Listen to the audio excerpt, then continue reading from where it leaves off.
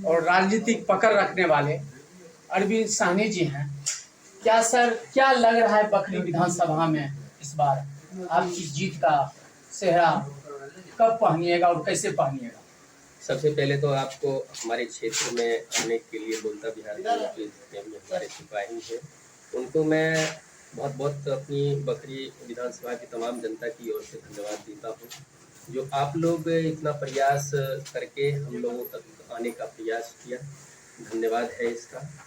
और आपने जो पूछा था कि बखरी विधानसभा की जनता क्या सोचती है, क्या करना चाहती है, तो देखिए बखरी विधानसभा में एक सच्चाई बात बताता हूँ कि आज़ादी के 75 साल बाद भी मैं समझता हूँ कि बखरी विधानसभा क्षेत्र आज़ाद नहीं हो, अभी तक ये गुलाम है। कैसे गुलाम है? क्योंकि यह सीट आरक्षित है। आरक्षित सीट होने के नाते क्या है कि जब भी कभी जो भी जितने भी विधायक आए यहाँ से, वो सभी दलित समाज से ही आए, लेकिन फिर भी दलित समाज का उत्थान क्यों नहीं हुआ? सबसे बड़ा मुद्दा है। आज भी जो है सो दलित समाज गुलाम की तरह जिंदगी जी रहे हैं। आप कहीं मेरे एरिया में जाकर के इस विधानसभा के क्षेत्र में आप जब घूमेंगे तो स्पष्ट दिखाई देगा कि हमारा दलित समाज किस स्थिति में, और उस पर जितने भी विधायक आए क्यों नहीं ध्यान दिया। अभी जब भी देखते हैं जो भी प्रत्याशी भी नए आते हैं, बार बार वो दलित समाज की बात करते हैं, मैं दलित समाज का उद्धार करूंगा, दलित समाज में ऐसे हैं वैसे हैं। तो मैं नहीं मानता कि आज तक जितने भी विधायक आए वो दलित समाज के लिए सोचे। आपके जो संस्थापक हैं प्रशांत किशोर जी, वो कहते हैं इस बार सिर्फ अपने बच्चों के लिए वोट दीजिए, शिक्षा और रोजगार के लिए। क्या उनकी सरकार आएगी तो शिक्षा और रोजगार में सुधार होगा?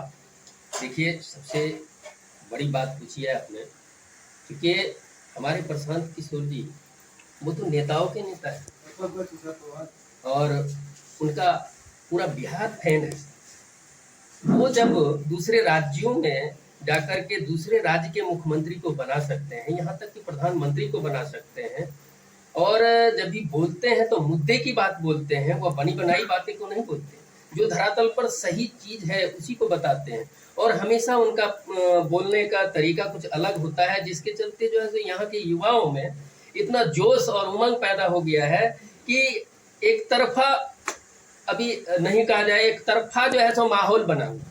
कहने का मतलब है जाति समीकरण इस बार टूटेगा। बिल्कुल, जाति समीकरण का तो कोई कहानी ही नहीं है।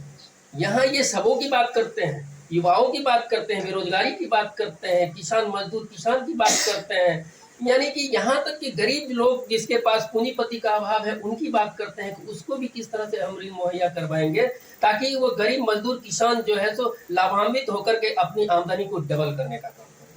अच्छा, एक बात और कहिए, अभी जो 125 यूनिट बिजली फ्री हुआ है, इसके बारे में आप क्या कह सकते हैं? देखिए, ये तो मैं समझता हूँ कि जुमलेबाजी भाषण है, क्योंकि जब इलेक्शन आता है ना तो वो क्या कहते हैं, ये बरसात के महीना में मेढक जो है तो टर टर टर की आवाज नहीं सुनाई देती है, तो उसी तरह का ये कहानी मैं समझता हूँ, क्योंकि ये जुमलेबाजी भाषण है। और पहले ये जो है तो पहले क्यों नहीं की? प्रशांत जी के आने के बाद ही क्यों इस तरह का इन्होंने ऐसा काम करना शुरू किया? पहले तो मान लीजिए कि वृद्धा पेंशन को ले लीजिए तो वृद्धा पेंशन 400 रुपया दे रहा।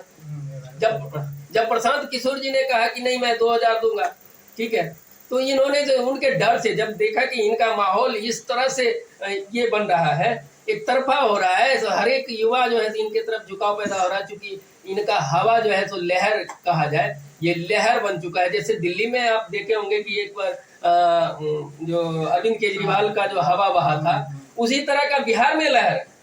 ये कहीं दिखाई देने वाला नहीं है कोई भी नेता।